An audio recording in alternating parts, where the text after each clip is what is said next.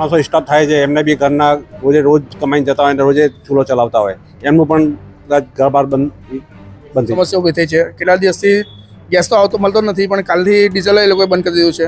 Bottle જોઈએ છે અમારે, પણ કદાચ એકની જગ્યાએ 10 લીટર ડીઝલ બી આવતા હોય તો ભઠ્ઠા પણ અમે ચલાવી શકીએ। કોમર્शियल गैस नहीं मिलता અને हमें 10% જ व्यापार મળે છે हमें। तो गैस का बाटल हमें मिल ही नहीं रहा है। और दूसरा हमारा मिठाई का धंधा है, तो वो डीजल पट्टी के ऊपर हम काम चलाते थे, गैस और डीजल पट्टी, मगर डीजल पट्टी के ऊपर हमारा काम चलता है, तो कल से हमें डीजल मिलना भी बंद हो गया है।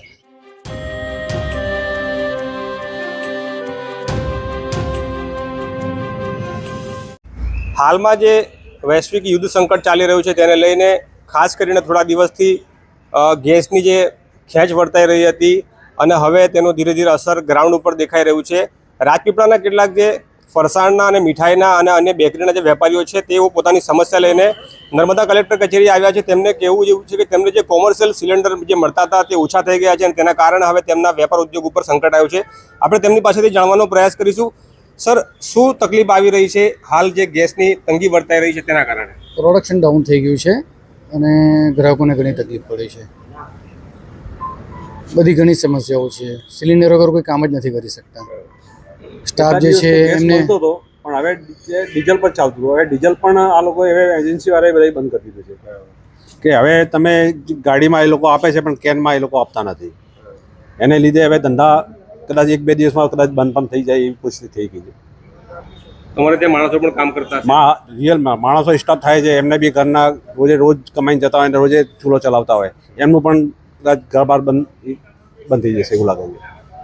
હોટલ ઉદ્યોગમાં પણ કેટલાક લોકો સંકળાયેલા છે અને સ્ટેચ્યુ ઓફ યુનિટી જે હાઈવે છે ત્યાં કેટલીક જે હાઈવે પર હોટલો આવેલી છે, સેંકડો પ્રવાસીઓ આવતા હોય છે, તેને લઈને પણ આપણે વાત કરી। સર, જે હોટલ ઉદ્યોગ ચાલી રહ્યો છે હાલ કેવડી આસપાસમાં, તો તેને લઈને તમારું શું કહેવું છે? કેટલો ફરક પડશે?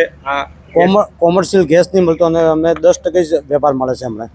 લાખો પબ્લિક આવે છે પણ કોમર્શિયલ ગેસ નથી, એટલે અમે ગ્રાહકને ટાઈમે ખવડાવી નહીં શકીએ। એમ ચૂલા ઉપર બધું કામ ચાલે છે અને ગેસ નથી, ગેસ વગર કોઈ કામ થતું નહીં। એમ તમારું રોજનું કેટલું બોટલનું વપરાશ હતું અને હાલમાં તમને કેટલું મળી રહ્યું તમારું કામ ચાલી જાય છે? રોજનું અમારે 7 થી 8 બોટલનું વપરાશ છે। હમણાં 1-2 બોટલ મળે તો બી એકવાર કામ ચાલી જાય, પણ 10 તારીખ તો 1-2 બોટલ બી મળતા નથી। અધિકારી પાસે આપણે રજૂઆત અધિકારી પાસે અમે રજૂઆત કરી છે। અધિકારી અમે આપ્યો છે સંતોષજનક કે ભાઈ તમે મને લખી આપો કેટલા બોટલ તમારે જોઈએ છે, અમે 10% તમે પ્રોવાઈડ કરી આપશો। સંતોષજનક જવાબ આપ્યો છે। સર, તમે કયા વ્યવસાય સાથે જોડાયેલા છો અને તમને કેટલી ગેસની જરૂર પડે છે, ડીઝલની જરૂર પડે છે અને શું સમસ્યા થઈ રહી છે હાલમાં? મેં ખમણ સુરતી ખમણ નામે છે મારી, અને રોજને 1 બોટલ જોઈએ છે અમારે, પણ કદાચ એકની જગ્યાએ 10 લીટર ડીઝલ બી આવતા હોય તો ભઠ્ઠા પણ અમે ચલાવી શકીએ, પણ હવે ડીઝલ પણ આપવાનું બંધ કરી દીધું છે। તો ડીઝલ અથવા કે એલપીજી આપે તો બહુ છે અમારા માટે। કેટલા દિવસથી આવી ખેંચ વર્તાઈ રહી છે? આ 2-4 દિવસથી વધારે છે। તમે કયા વ્યવસાય સાથે સંકળાયેલા છો અને તમને કયા પ્રકારની મુશ્કેલીઓ આવી રહી છે? અમે હોટલ ને ફરસાણનો બિઝનેસ કરીએ છીએ, કોઈનો હોટલ। અમારે હવે ડીઝલ ને ગેસ બેની સમસ્યા ઊભી થઈ છે। કેટલા દિવસથી ગેસ તો આવતો મળતો નથી, પણ કાલથી ડીઝલ એ લોકોએ બંધ કરી દીધું છે। એટલે અમે લોકો કલેક્ટર ઓફિસ અમે એપ્લિકેશન અપાયા છે કે અમે નાખશો તો ડીઝલ તો અમે આપો તમે લોકો, બીજું કંઈ નહીં, ગેસ નહીં આપતા તો ડીઝલ તો એટલીસ્ટ અમને આપો। કાર્બનમાં ડીઝલ આપવાનું બંધ કરી દીધું છે એ લોકોએ। હા, યુદ્ધને લીધે ડીઝલ આપવાનું બંધ કરી દીધું છે। એટલે અમે લોકો આવેદનપત્ર લઈને આવ્યા છે કે આ આવેદનપત્ર છે અમારું કે અમે ના તો અમે ડીઝલ આપો, મને કાર્બામાં અમને લખીને આપો, ગેસના ઓપ્શનમાં ડીઝલ આપો, કાર્બામાં લખીને આપો। તમે અહીંથી પુરવઠામાંથી ફાળે આપો તો અમે ડીઝલ તો આપે, પંપ પર ડીઝલ આપવા ના પાડે છે આવડે મને। તો આ અધિકારીએ તમે જે રજૂઆત કરી એના શું તમને પ્રતિભાવ આપ્યો એમને? અધિકારી એવું કહે છે કે તમે બધું લખાણ કરીને આપો કે તમારે કેટલી રિક્વાયરમેન્ટ છે, એ પ્રમાણે તમારે हम लोग तो एप्लीकेशन कर सकते हैं, गाड़ी कंप्लेन कर सकते हैं।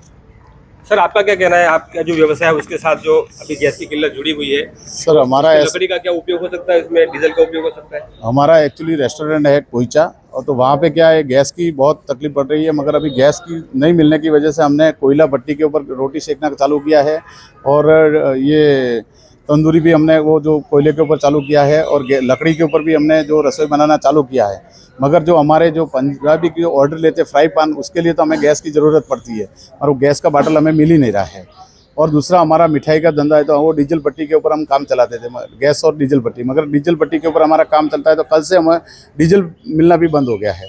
तो अभी हम कलेक्टर साहब के कचहरी आए हैं और यहाँ पुरवठा विभाग में भी अधिकारी श्री के पास आए, अधिक पुरवठा विभाग में से हमें ऐसा बताया कि आप आपके होटलों में जितने भी नर्मदा जिला में होटल एसोसिएशन के सभी लोग हैं उनको इकट्ठा करके उनके पास किसको कितना गैस चाहिए, किसको कितना डीजल चाहिए हर दिन का, वो एक पूरा लिस्ट बना के लाओ, तो हम इसके बारे में आप आगे सरकार में रजूआत करें तो आपका सोल्यूशन प्रॉब्लम सॉल्व हो जाएगा।